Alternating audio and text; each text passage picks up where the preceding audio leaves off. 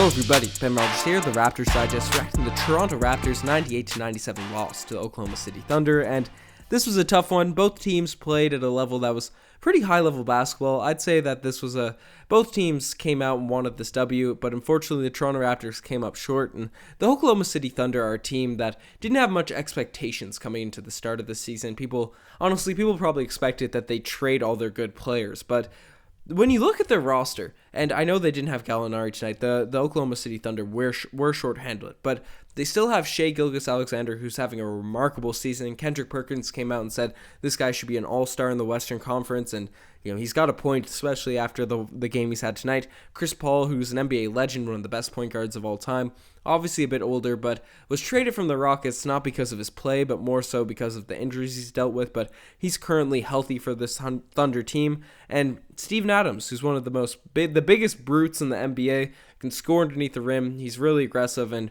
this team is pretty solid. They have some talent, and both came into this game shorthanded. Obviously, we're missing our number one option, and Norman Powell, who was like our 1B option before he went down with injury, and Marc Gasol, obviously, who runs our offense. So, as we've seen with every game as of late, if we want to get the W, we really have to make sure everything goes right. We're not getting any easy wins. And even though the Raptors played well enough to possibly win this game, especially if it wasn't for some misfortunes that we'll talk about in the segments, the Toronto Raptors, they couldn't pull it out tonight. And there's a lot of things, but we'll start with the positives because there was a lot of positives to take away from this game. And the McCaw has honestly looked really good. It wasn't just a one-off fluke that we had against the Boston Celtics. He's come out with the ball in his hands. He's looking a lot more confident, and not even just when he's dribbling, but since he has the ball in his hands more often, his jumpers look nice. He's hitting corner threes at a high rate. It's great to see Patrick McCaw just coming into his own because, as we've said, he's a jack of all trades. He's pretty good at everything, but occasionally can get lost in the shuffle because he doesn't have that one skill that takes him to the next level to really fall back on when the rest of his game isn't going. But, ever since he's gotten this opportunity, to have the ball in his hands the past two games, he's looked really good. So shout out to Nick Nurse for making that adjustment. Patrick McCaw, he's got the size, he's got the length to be a guard in this league and defend different wing positions, so you can pair him with a guy like Fred and Lowry. And two of those guys, they played solid tonight as well. They both each had 20 points. Lowry 6 of 13 shooting, Fred 7 of 18. Lowry hit 2 threes, Fred hit 4 threes. But if I were to rate their performance, again, this was an average game for the Toronto Raptors. Everyone played well, but no one really stood out. And neither of these guys, from the eye test to watch this one, even though they had decent box score numbers, Fred also had 8 assists, they didn't really have an impact on this game where they took it over. They just said, hey, I'm putting us on our back, or I'm taking a Pascal Siakam role as the number one option. I'm going to try and take this over. And Lowry had 6 turnovers as well. He made a few mistakes. He's usually pretty efficient with his turnovers, but considering he has the ball in his hands, I don't know. Those guys didn't really take over, but they certainly didn't play poorly by any means. So an average game for our backcourt. Serge Ibaka, again, not a great game, but not a bad game. He went up against Steven Adams, who's obviously a much bigger player. He's a true center. Even though Serge Ibaka is a true center in today's NBA, he's not a big brooding guy that has usually disappeared in this league. You don't usually match up against him, but tonight we matched up against probably the biggest of these players, and Steven Adams. Steven Adams didn't have the greatest game, but still got to box him out. He's still a threat out there in the court, and his presence is always felt. And Serge Ibaka, again, 12 points, 14 rebounds, really did a good job of blocking them out. He was solid tonight. Hit a couple threes as well, which is always a positive. Off the bench, we had O'Shea Brissett coming back, and not as many rebounds tonight, but still had a positive impact in my opinion. I'd like to see him be a bit more confident with the shots. He knocked down a couple buckets tonight, a few shots in the paint, one really nice double clutch layup. Boucher, 9 points, 3-7 shooting. Again, an average Boucher game, 5 rebounds. Terrence Davis, he hit a few really nice threes. I would have liked to seen him be a bit more aggressive as well, because TD is really streaky. And I'm not meaning that in the Terrence Ross way, where he'll be really, really good for one game, and then 4 straight games he'll be just kind of off and inconsistent. But Terrence Davis, he's usually pretty consistent. He's mellow throughout the game. He always plays defense. He always does seemingly makes the right decisions, especially for a rookie on the court. But when he knocks down a 3, he's ready to fire one back up the next possession. And he usually makes it because, yeah, he's streaky in that sense. He knocks down one, he can knock down a bunch. And he went through one of those spurts where he hit 2 straight threes, and then he didn't get the ball again for about 5 or 6 possessions, and usually Lowry's really good at feeding the hot hand. I don't know if he was on the court at this point in the game, but TD gets rolling, you got to keep feeding him, and I think that's something the Raptors should look at. I remember his next shot was a shot clock beating where he was just swung the ball and he had to shoot one from really far and he ended up airballing it. Obviously, no matter what the circumstances are, if you shoot an airball, your confidence is just going to be tapered back down to earth. So I would have liked to see TD get the ball more when he's firing or look for a shot a little bit more, because especially with tonight, no one really took over. No one really had it going at a max level.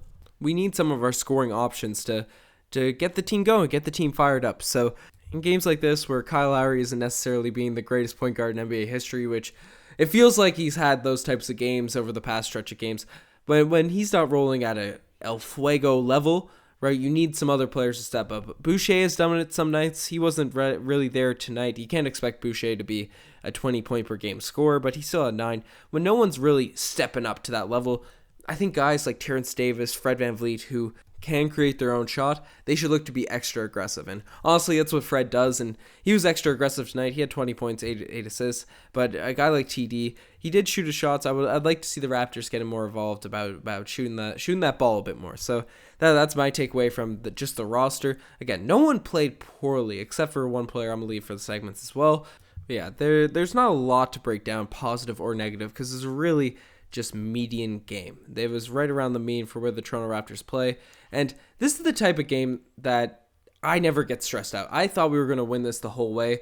And this is what the Toronto Raptors have done. They did it last year with Kawhi. They've done it through the start of this season. They did it when we had DeMar and Lowry on that bench mob squad. The Raptors are a really strong regular season team. And when they play a good team, and that's usually a level below them, and honestly, they even do it against some better teams. But when the Raptors keep the game close, and they go neck and neck, a team's giving them their best punch, they usually stay close. If the game's pretty wild, they know how to close. They know how to execute down the stretch, and they know how to get a couple buckets. But unfortunately, right now, we don't have our number one closer. The guy that's hit a couple game winners for us this season, Pascal Siakam, our number one option, or even when he's on the court and he's not the one finishing, he's usually a diversion, so it makes it easier for Lowry or Fred. And Lowry's been doing it as of late, but again, he doesn't get those buckets as easy as Siakam does. So the thing about these close games is the ones that the Raptors usually win because they know how to execute, get an easy shot for a player that can make easy buckets down the stretch.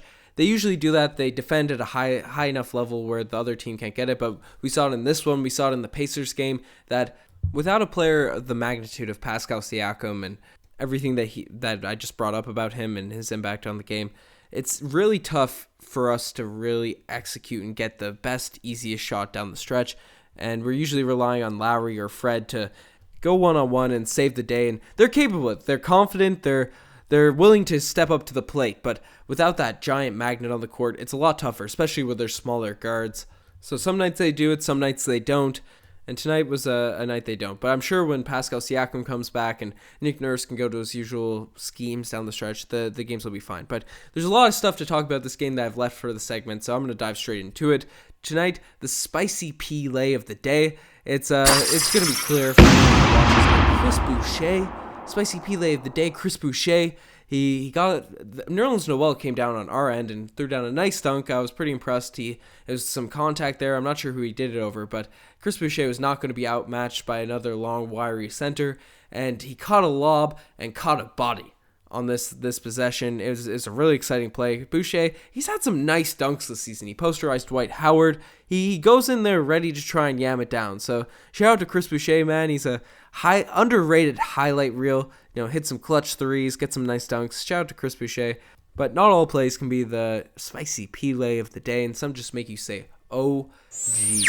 And if a play makes you say, oh, geez, literally watching the game, you gotta put it into this podcast, because Chris Paul, at the end of this one, it was the deciding factor really in this game, considering it was so close and we lost by 1, but he took about 7 steps. Clearly, Lowry had all ball in this possession, but the possession was still within Chris Paul's hands, and he took about 3 steps running into Lowry. Lowry kind of tipped it from him, and it could have been, he had his hand on the ball enough to be called a jump ball, maybe, but it would have been one of those weird jump balls where the refs just call it super quick.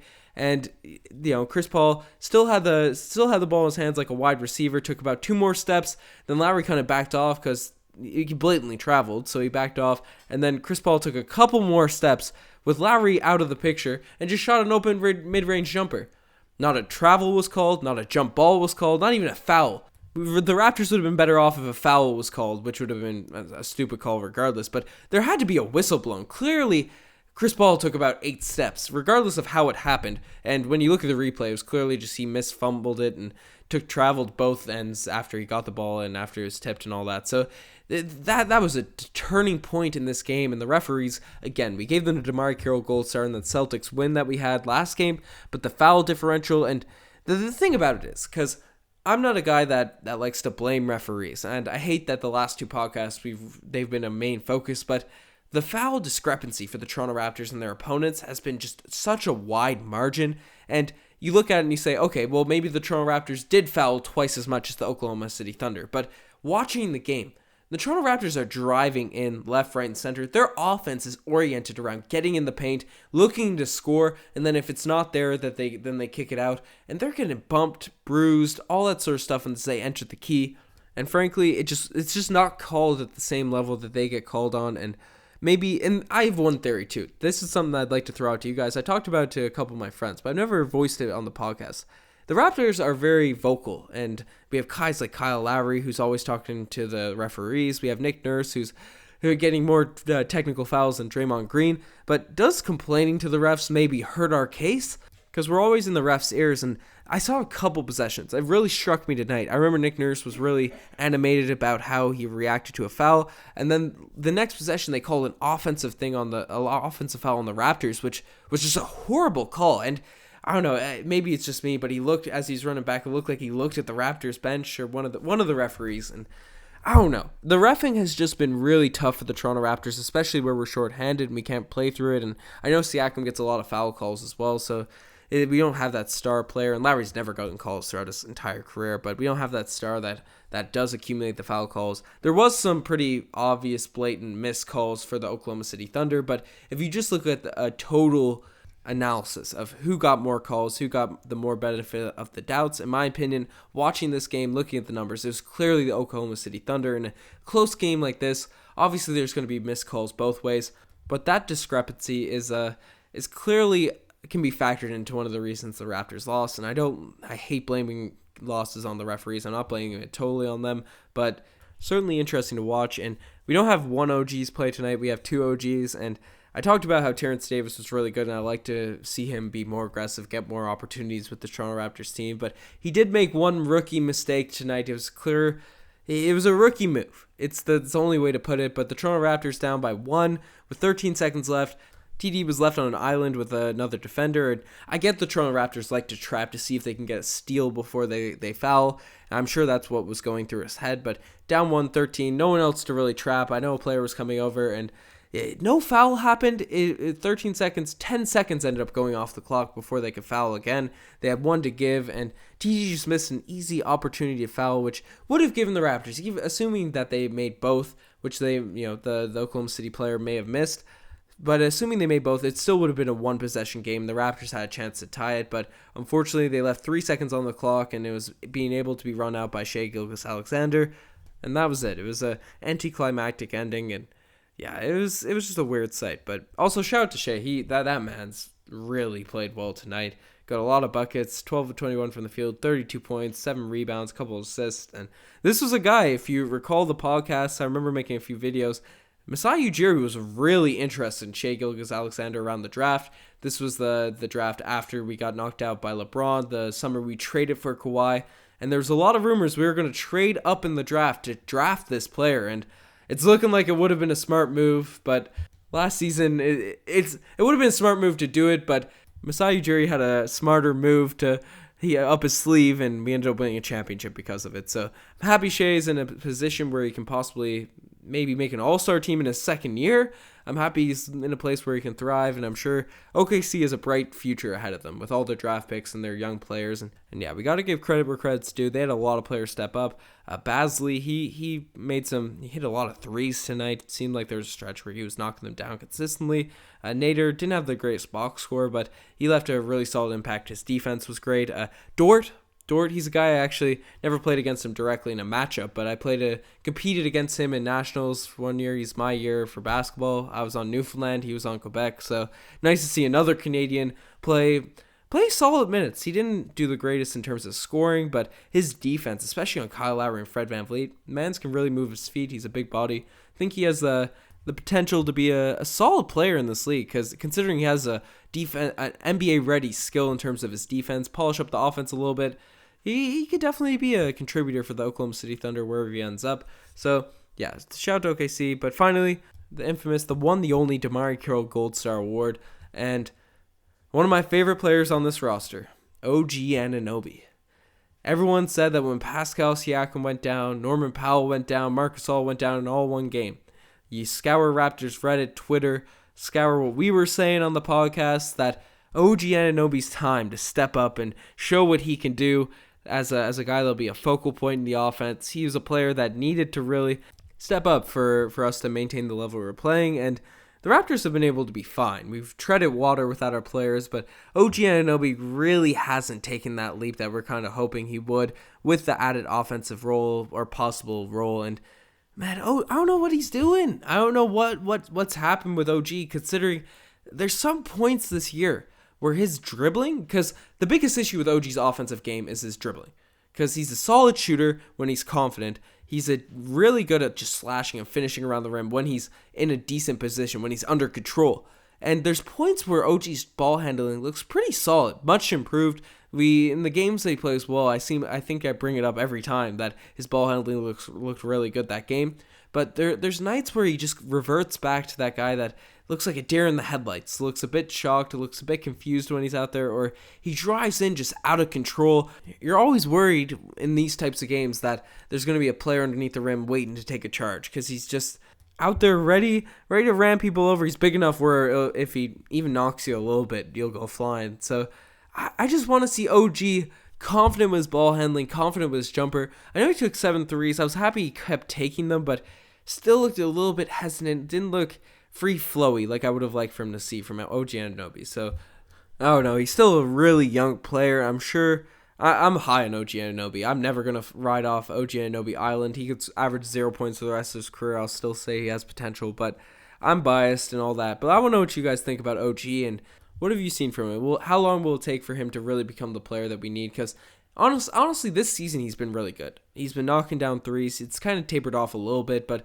his defense is always impeccable. But the offensive game just needs to become a little bit more well-rounded for the Toronto Raptors to really have success with him at the starting three. So I don't know. It's going to be interesting to see how he develops. We're running long on this podcast, especially for a game that wasn't super interesting in terms of no one played really bad, no one played really good. Just an average median game, which we ended up losing. So you're the best for making this far. Check out the Twitter, the Instagram, all that cool stuff. Again, I was about to ask Riker if there's any last words, but we'll be back together on the next podcast. Anyways, I'm signing out. Cheers.